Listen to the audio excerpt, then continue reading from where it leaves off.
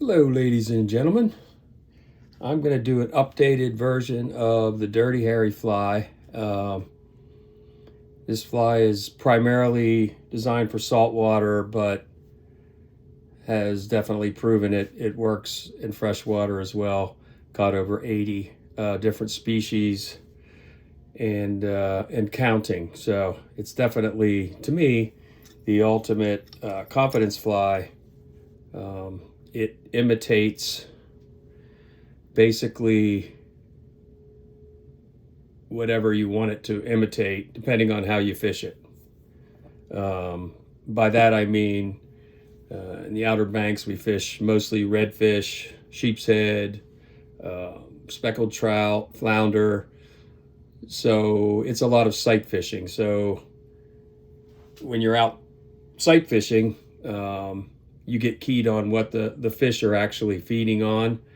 And that's how, roughly, how you want to present this fly.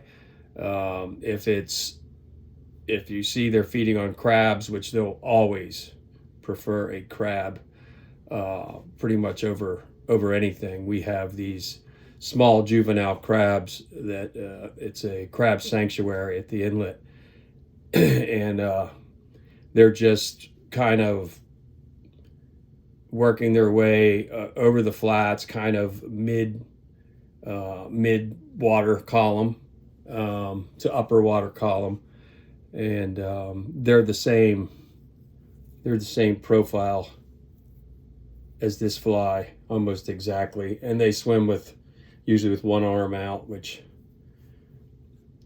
the tail will dictate. And also, all these fish eat worms at some point in their life cycle, whether it's cinder worms or clam worms or anything like that. The tail is really a trigger. This fly has a lot of triggers. It has bulk, it has the tail, it has a little bit of flash, and then it has the movement of foxtail or craft fur, or even marabou if you want to use that. So it's pretty easy to tie. I use 210 thread, denier thread. We're going to start up in the middle here and then work your way back, maybe just short of the midpoint of the curve. You want to go pretty far back because the fly, when it's finished, will be inverted. You'll see, we want the tail to present upward as a trigger. This isn't real, you don't have to be real critical on the thread wrappings or anything here. This will all be covered up. Come up to about here. This is a Gamma Katsu SC15 1/0. Works for, I've caught fish all the way, up to over 40 inches on it. So you want to work the thread just about, these are medium eyes. 95% of the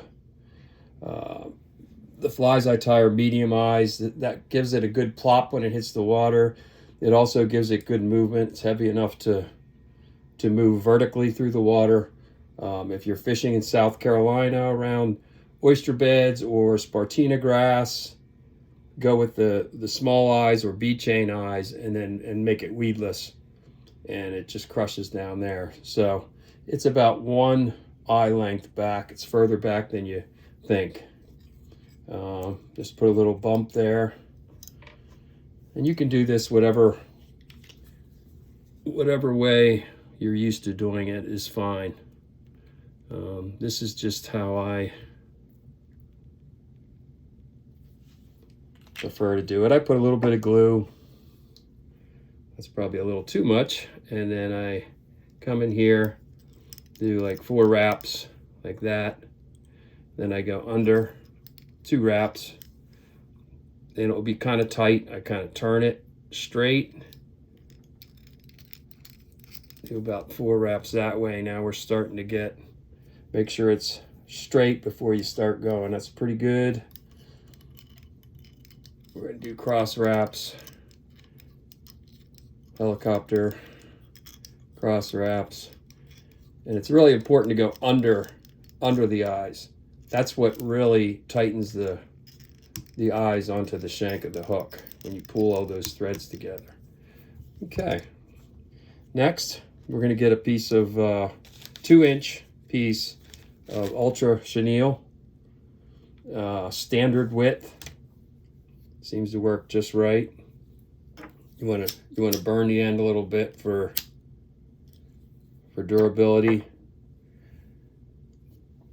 You'll lay this right behind the eyes.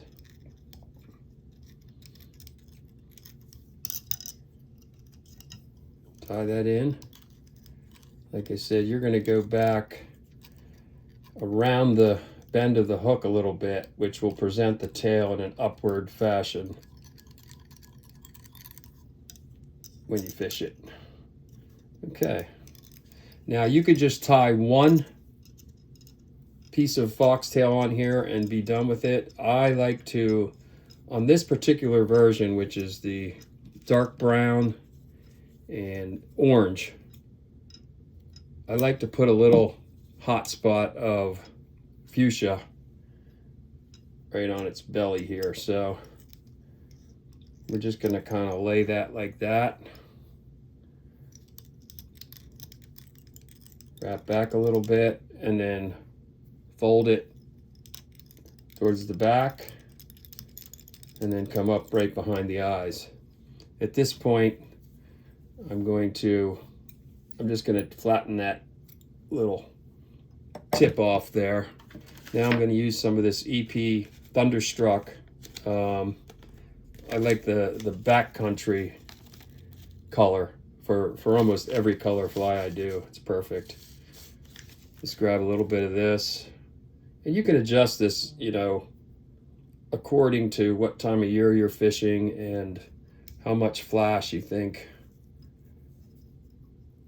you might need. Like I said, you can fish this fly as a bait fish, as a shrimp, as a crab, pretty much anything, depending on how you strip it and where in the water column you present it. Okay, so we have that on there. That might be a little heavy with the flash, but you can always pull some off. You can't add some on. All right, now I'm gonna kind of sandwich that flash between the fuchsia and the orange. I'll have the orange will be a little more substantial of a bundle than the fuchsia, and even a little bit longer like that. Now I'm going to pull this back. Now this one I leave just the way it is so that it kind of blends in with the body material, the Estes,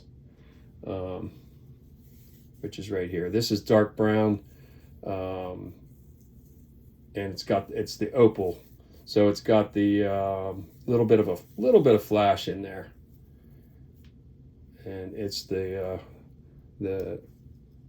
grande or the grand. I'm not sure which way you say it, but Grande. It's wider. Fishes better. It gives it a little more bulk, and trims up real nice. So the first wrap or two, very loose. If you crank that, this tail is going to get all fouled up. So very loose on the first 2 wraps. Then you can start cranking down on a little bit. And you can use a rotary vise. I'm just real picky. I want it to be really tight, and I haven't really figured out how to do that with this material on a rotary. So now we're just going to tie this in.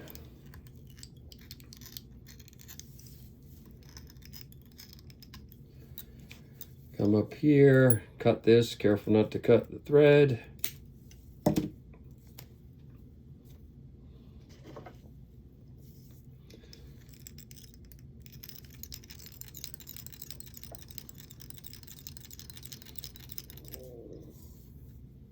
Okay, looking pretty good.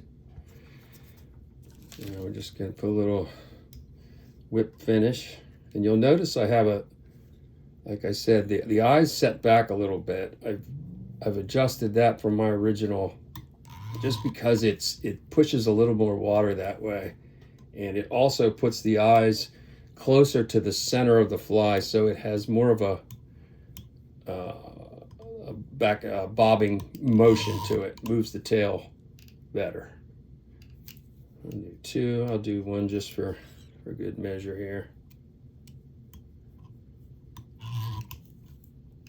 Break that off.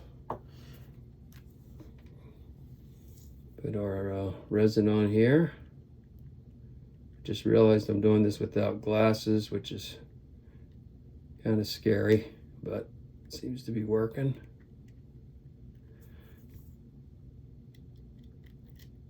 Just a little bit. A little bit goes a long way. You don't want a real thick coating of resin on there. It just breaks off easier.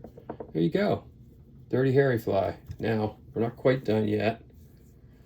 So this fly sits like this when it fishes, okay? So we want the bottom to be flat. So I'm gonna grab all this, hold it, and I'm gonna pull the material up towards the point. It kind of buries the point, makes it a little bit weedless, and also hides the hook. Pull the sides out. Now I'm just going to come right up here and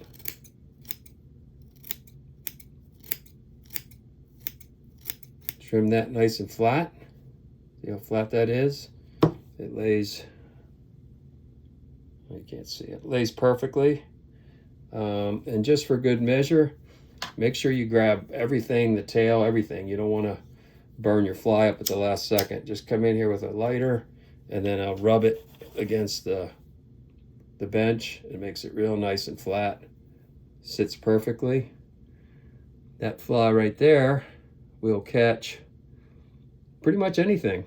And you know your own water, so you can adjust the colors, you can adjust the weight. But this fly is fantastic for smallmouth bass, redfish. Even do a version for bonefish, but pretty much anything, any fish, to be honest with you. So there it is, the dirty hairy fly. I hope you tie it, catch fish. If you do, tag me, and we'll post you and your fish. Thank you. Have a great day.